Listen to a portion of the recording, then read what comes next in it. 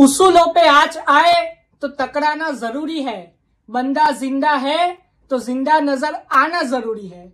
आपने हाल ही में देखा होगा कि प्रियंका गांधी जी कांग्रेस के कोई भी प्रचार में आपको दिख नहीं रही।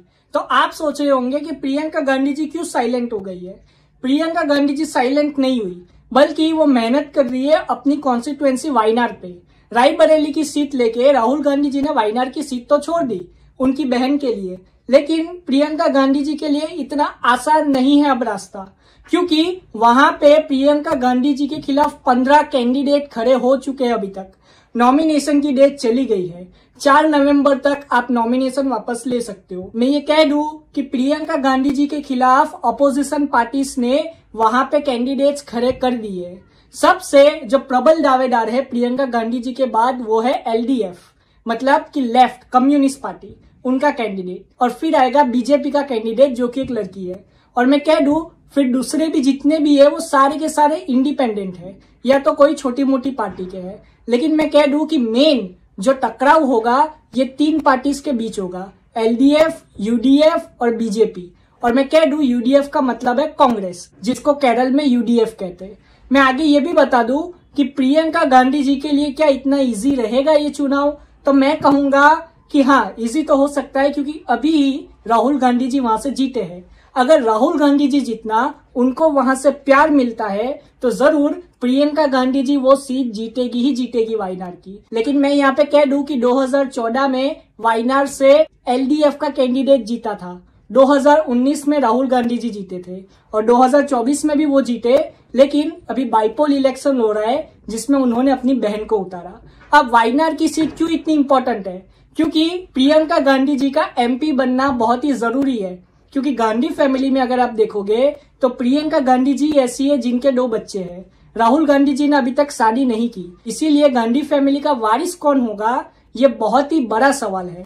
मुझे लगता है कि प्रियंका गांधी जी के लड़के और लड़की को भी पॉलिटिक्स में उतरना पड़ेगा, क्योंकि तभी गांधी फैमिली आगे बढ़ेगी, तभी गांधी फैमिली पॉलिटिक्स में रहेगी। मैं ये भी बता दूं कि राहुल गांधी जी प्रियंका गांधी जी के लड़के और लड़की के साथ घूमते रहते हैं। भारत जोड़ो यात्रा हो या भारत जोड़ो न्याय यात्रा हो, दोनों में प्रियंका गांधी जी के लड़के और लड़की को देखा गया। इसका मतलब है कि प्रियंका गांधी जी भी चाहती है कि उनके लड़के और लड़की पॉलिटिक्स में आए।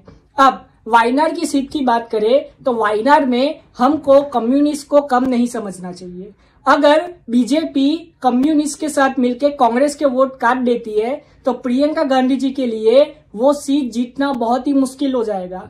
इसीलिए प्रियंका गांधी जी अपना पूरा जोर वायनाड पे लगा रही है और अभी भी प्रियंका गांधी जी वायनाड में ही है। बहुत दिनों से प्रियंका गांधी जी वायनाड में है और मैं ये कह दूं कि वायनाड की सीट अगर प्रियंका गांधी जी नहीं जीतती तो ये गांधी फैमिली के लिए बहुत ही बड़ा झटका होगा, जैसे हरियाणा का चुनाव कांग्रेस हारी।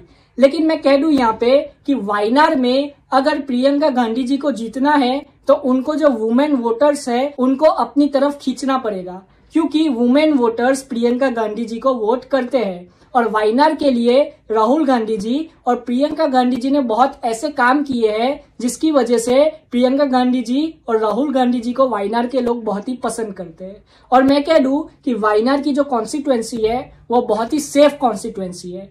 90% चांस है कि प्रियंका गांधी जी ही वहां से जीतेगी, लेकिन 10% चांसेस है कि LDF का उम्मीदवार जीत जाए। इसीलिए प्रियंका गांधी जी अपना पूरा जोर लगा रही है, क्योंकि 10% भी वो नहीं चाहती कि कोई जीते, वो चाहती है कि वही जीते। अगर प्रियंका गांधी जी ही जीतती है तो वो आराम से MP बन जाएगी और लोकसभा में मोदी जी के सामने विपक्ष का एक मजबूत चेहरा बन के उभरेगी।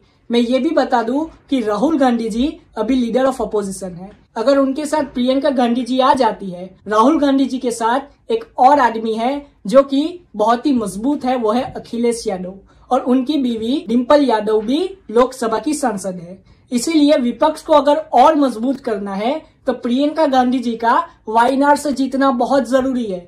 लेकिन प्रियंका गांधी जी के खिलाफ अभी तक 15 कैंडिडेट खड़े हो चुके हैं और मैं ये बता दूं कि ये जो 15 कैंडिडेट है इनको हल्के में नहीं लेना चाहिए, क्योंकि 16 कैंडिडेट एक सीट से प्रियंका गांधी जी के साथ कम नहीं होते, मतलब कि 16 के बीच लड़ाई होगी। लेकिन इसमें मेन 3 पार्टियों के बीच लड़ाई है, कांग्रेस, बीजेपी और कम्युनिस्ट मतलब एलडीएफ।